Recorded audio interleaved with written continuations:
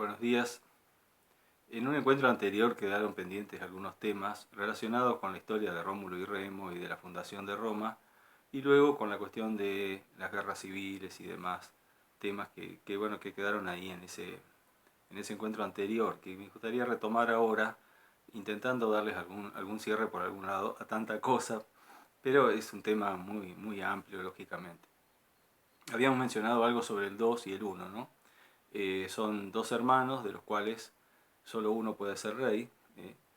Después de esto, o sea, Rómulo queda como único rey de Roma y según la leyenda le da nombre a la ciudad, lo cual es insostenible desde el punto de vista filológico, porque nunca un nombre más largo se transforma en uno más corto, sino al revés, ¿no? Es decir, que la palabra Roma era evidentemente muy anterior al nombre de Rómulo, y según parece, además, Roma es una palabra etrusca, ¿no? Según toda verosimilitud. De manera que Roma fue muy probablemente fundada por etruscos como cabeza de puente del otro lado del Tíber. Etruria quedaba en la orilla opuesta, pero Roma le podía servir a los etruscos de base para... bueno, de hecho, entre los primeros reyes de Roma va a haber también varios que son de origen etrusco, ¿no? Lo que revela que Roma en realidad, en esos tiempos remotos, estamos hablando de entre mediados del siglo VIII y el siglo VI antes de Cristo, va a ser una ciudad etrusca o que está dentro del ámbito de los etruscos de Etruria. Bien, el asunto es que Rómulo, una vez que se convierte en rey, tiene que enfrentar a los sabinos, que es un pueblo vecino que están en guerra con los romanos. Finalmente hacen la paz gracias a las mujeres, según el mito. Las mujeres evitan que sus maridos y sus padres se maten entre ellos. Se hace un tratado por el cual va a reinar un año Rómulo y un año el rey de los sabinos, que se llama Tito Tasio. Pero misteriosamente Tasio muere antes de llegar a ese año, así que Rómulo sigue siendo el único rey. Ustedes ven que el dibujo se repite, ¿no? Eran dos y queda uno, y ahora de nuevo, así como para reafirmar la idea de que tiene que haber un monarca. Así empieza la reyesía o monarquía romana, que se va a extender a lo largo de 200 y pico de años, hasta que hay una revolución, ¿no? En 509 a.C., es derrocado el último rey, Tarquinio el Soberbio, y se pone en su lugar, se constituye una república aristocrática, gobernada por el Senado, y una especie de poder ejecutivo detentado por dos cónsules. Esa dualidad de los cónsules, que además duran un año nada más. Imagínense que en un año una persona que además tiene que compartir el poder con otro no puede construir, se supone,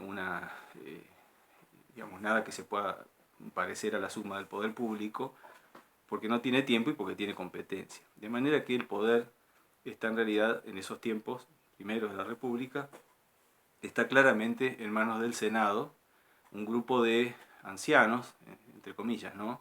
No hacía falta tener 90 años para ser senador, podía ser una persona que para nosotros sería joven, una persona de 40 años, pero en esa época la vida era mucho más corta, la expectativa de vida era mucho más corta, y además esos ancianos eran en realidad los padres, los patriarcas, los patres familias, de las familias más importantes, más ricas, de los terratenientes, de los que se sentían descendientes de los fundadores de la ciudad, etc., los patricios, ¿no?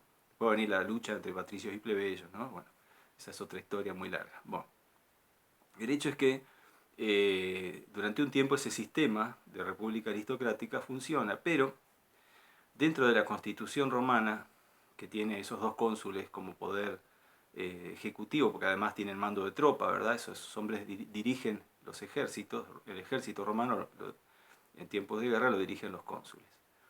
Pero la Constitución prevé la posibilidad de que el poder quede en manos de una sola persona, de todas maneras, en tiempos excepcionales, cuando la ciudad esté realmente en peligro. Entonces surge en la Constitución de esa República Romana la figura del dictador. Dictator. Para nosotros dictador es una mala palabra, pero para los romanos no. Los romanos antiguos, dictador era una magistratura, ¿verdad? Era constitucional. Lo que era para ellos mala palabra era rey, eso sí, ¿no? Si alguien quería ser rey, inmediatamente sufría el repudio unánime. En cambio, ser dictador era un honor. ¿Mm? Curioso, bueno, el destino de las palabras. Lo que pasa es que la dictadura podía durar solamente un máximo de 6 meses. Y lo más curioso es que aquel que accedía a esa magistratura y se convertía en dictador, con mando sobre el ejército romano él solo, sin compartirlo con otro, generalmente no llegaba a los 6 meses porque renunciaba antes. El dictador no quería ser dictador.